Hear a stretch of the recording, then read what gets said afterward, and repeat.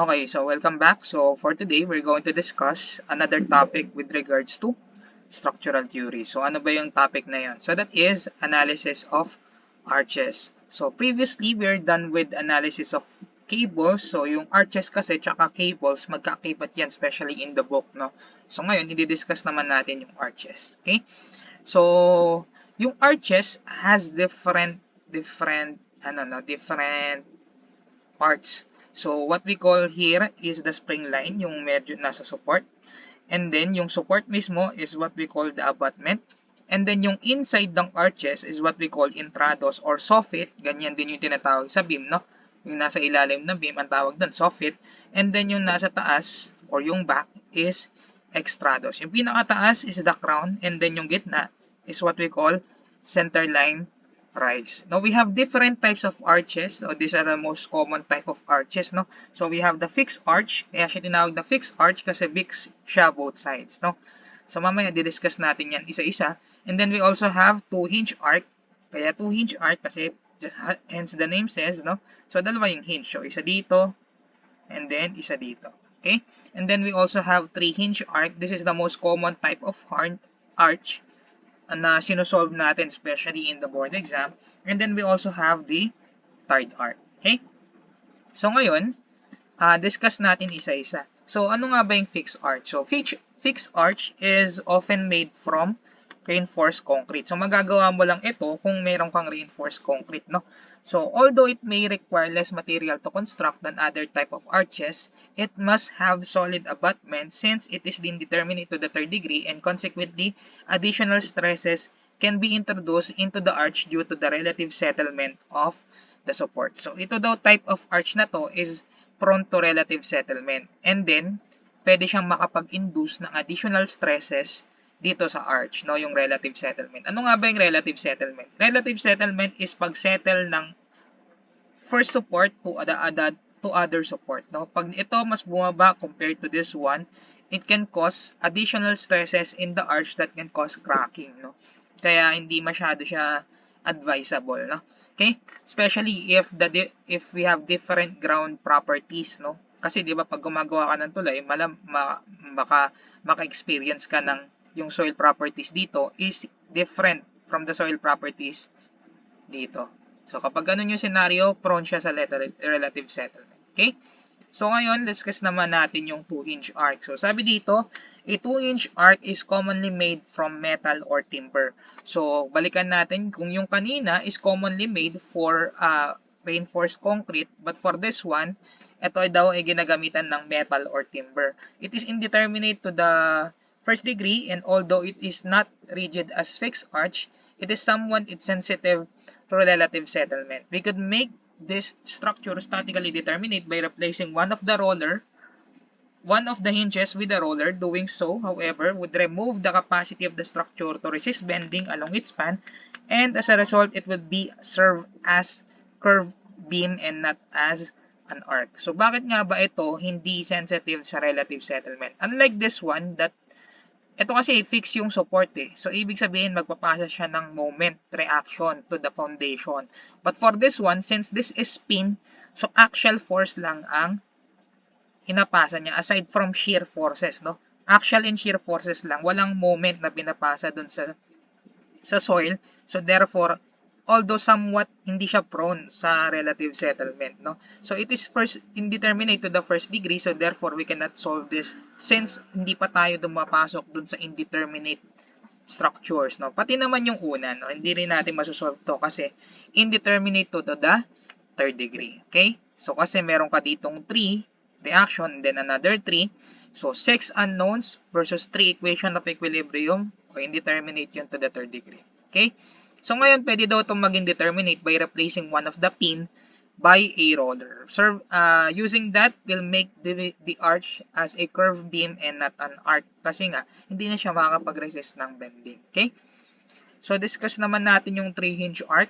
So, ano nga ba yung 3-hinge arc? So, a 3-hinge arc, which also is made up of metal or timber, just like the 2-hinge arc, no, is statically determinate. Unlike statically indeterminate arches, it is not affected by settlement or temperature changes. Finally, if 2 and 3-hinge arches are to be constructed without the need for larger foundation abutments, and if clearance is not a problem, then the support can be connected with a tie rod. So sabi niya dito, ito daw ay statically determinate and made up of metal or timber kadalasan, no? So, statically determinate siya. So, therefore, we can solve this. Actually, itong type of arches na to is most common na lumalabas sa board exam. So, hindi daw siya prone sa settlement and temperature changes. Bakit kaya? Kasi meron kang hinges that permits horizontal and vertical movement, no? So, and sabi niya, you can connect a cable dito pag daw yung clearance mo and yung abutment is not a problem, no? So, let's discuss another type of arc. Again, this is the most common type of arc na lumalabas sa board exam. Okay?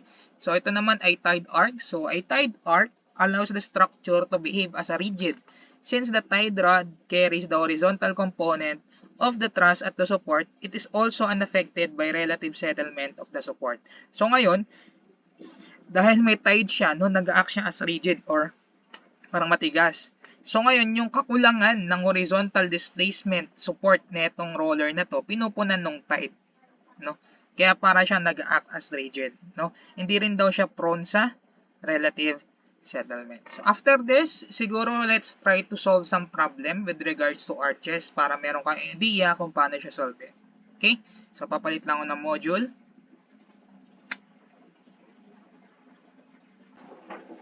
Okay, so now we're done with the lecture. So let's start answering problem number 1. So sabi dito, determine the reaction at the support for the 3-hinge arc shown in the figure. So ang pinapahanap sa atin is reaction. So ito daw yung figure.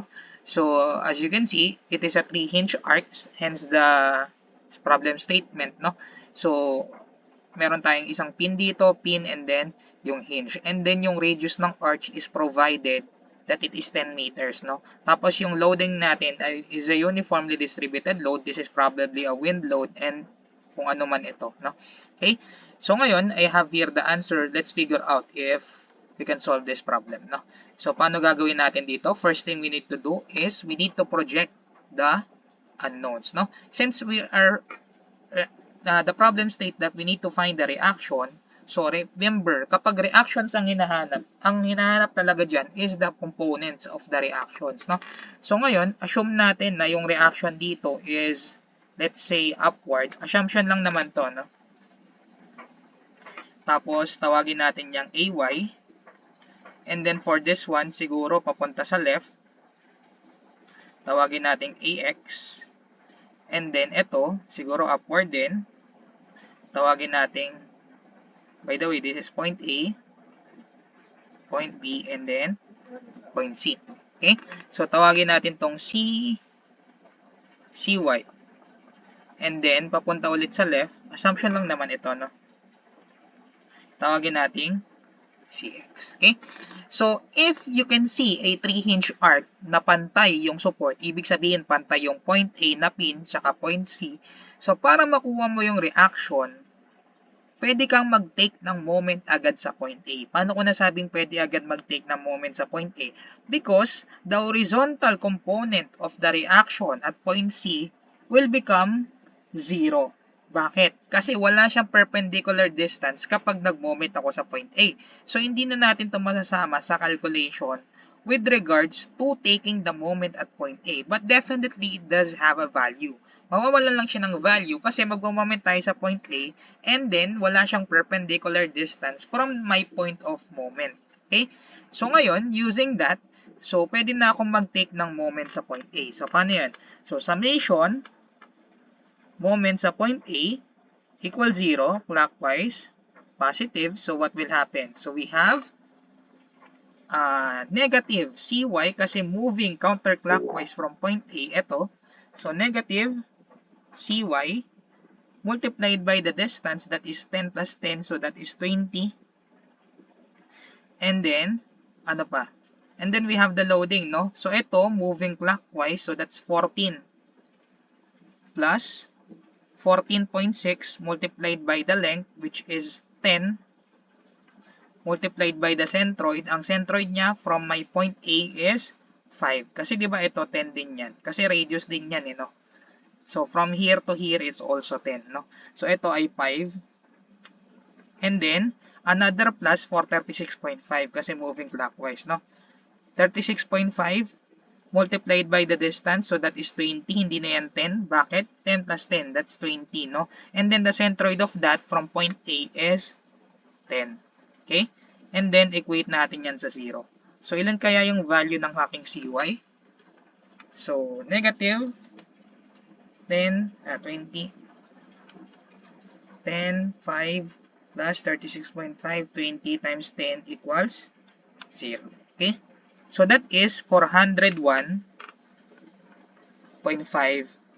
kilonewton. Okay? So, ayusin ko lang yung pagkakasulat.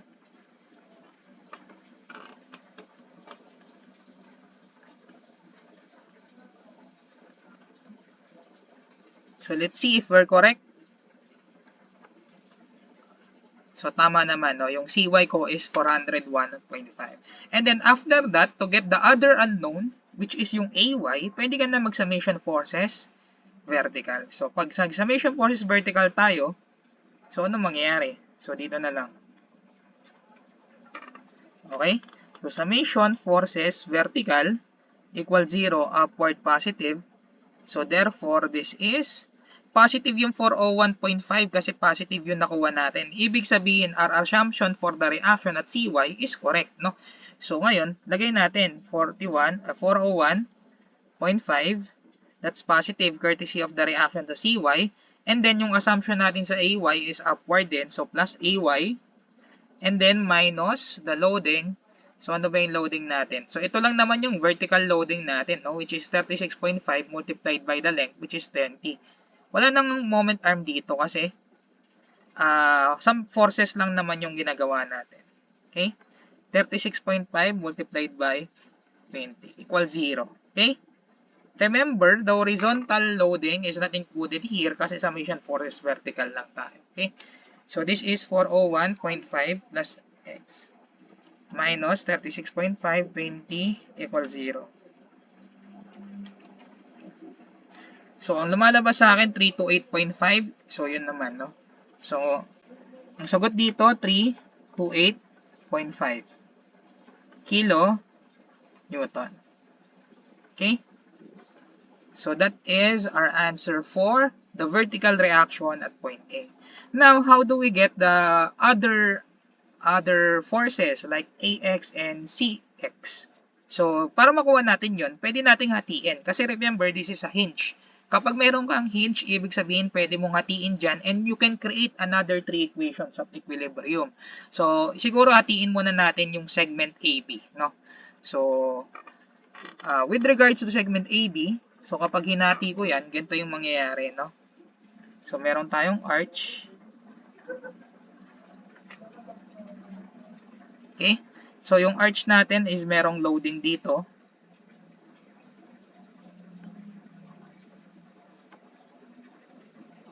Ano yung loading na yan? That's 36.5 kilonewton. This is point B, no? Remember, that is a hinge. Okay? And then, meron kang pin dito. Na meron kang vertical component. Positive yung nakuha natin dito. Ibig sabihin, tama na 328.5 talaga yan. Na pataas. Kilonewton, courtesy of AY. Tapos yung AX natin, ina-assume natin na pupunta dito, no? AX, and then don't forget the horizontal loading.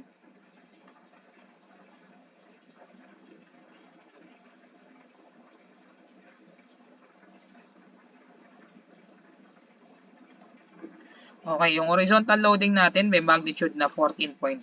Okay?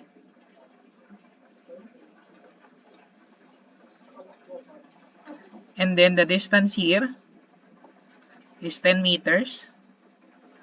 And the distance here is also 10 meters. No? Radius ng circle. Okay? So ngayon, paano natin masosolve yung AX? E di mag-moment tayo sa B. Kasi itong B na to, makakapag-produce din to ng 2 unknowns. Kasi nga, that is a hinge. So another 2 unknowns yan.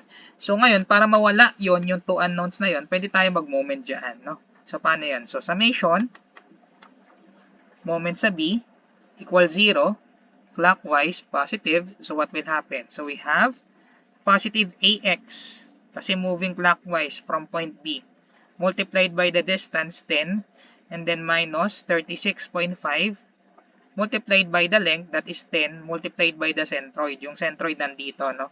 So that is 5. And then, ano pa? Ito, moving counterclockwise din, so minus din yan, 14.6, multiplied by the length, that is 10, multiplied by the centroid, also 5, is equals to 0. So ngayon, yung AX natin should be equivalent to 0.5, 10, 5,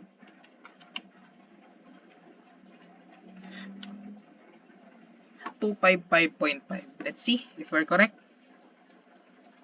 73 yung nakukuha sa AX dito. So, double check natin if we do have corrections, no? So, 10, 36.5,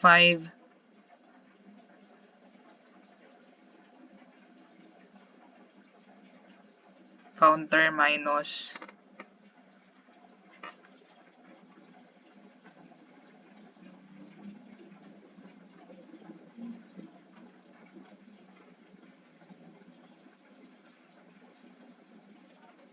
'to. Sorry. I forget the the AY. So burahin natin. So ngayon, kulang pa 'yan. So plus AY, which is 328. Kasi moving clockwise from point B, kaya siya plus 0.5 multiplied by the distance 10 equals 0. Okay? So tingnan natin ilan si AX. So paplasan ko lang to. Plus 328.5 times 10 equals 0. So nakuha ko is negative 73 kilonewton. Since it is negative, so it is the direction of my AX is incorrect. So ngayon itatama ko na yung direction ng AX ko. Papunta na siya sa right, no? So ngayon hindi ko na to lalagyan ng negative para tumama yung ating assumption. Since papunta na siya sa right, moving counterclockwise na siya. So AX is the answer for AX is 73 kilonewton moving to the right. Okay? So ayan, tama naman tayo. AX is 73 kilonewton. Now, to solve for CX, pwede ka na mag-summation forces horizontal with regards to the whole structure para mas madali, no? So, ngayon, since AX natin is papunta sa right, burahin ko na to. Ayusin na natin yan. Okay? Summation forces horizontal, dito na lang. Okay, summation forces horizontal equals 0, papunta sa right, positive. Okay? So, we have, yung AX na papunta sa right. So, that's positive. So, 73 minus CX kasi papunta sa left yung ating C. Ayan, no? Tapos, ito papunta rin sa right. So, plus 14.6 times 10. So, plus 14.6 times 10 equals 0. O baka tanungin nyo, sir, di ba meron din ng reaction yung pinoprovide ng B? O nga, may reaction nga. So, kasi, yung reaction sa B dyan, magiging 4. If you consider AB, so let's say, ang reaction yan, papunta dito, tapos papunta doon. O pag, yung kinonsider mo naman yung right side, mag-iiba naman yung direction yan. So, yung 4 na yun, magka-cancel. Although, dalawa lang yung kinoconsider mo kapag nag-cut ka, but in reality, 4 talaga siya na magka-cancel out. So, we can disregard the resultant or the reaction at point B. Okay? So, ngayon, paano gagawin natin dito? Shift solve na lang natin. So, CX is equivalent to 73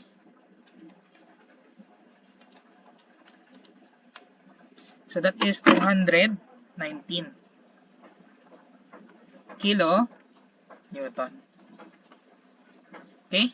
So, let's see if we're correct. Tama naman. 219 kilonewton. So, ganun lang, no?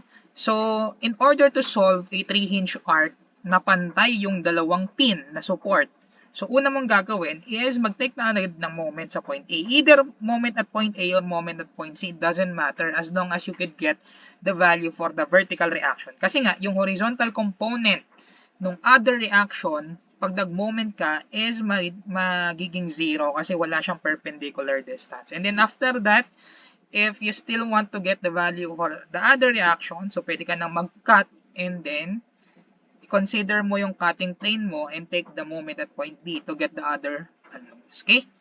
So, this is our problem number 1. So, problem number 2, solve na natin in the next video. Okay?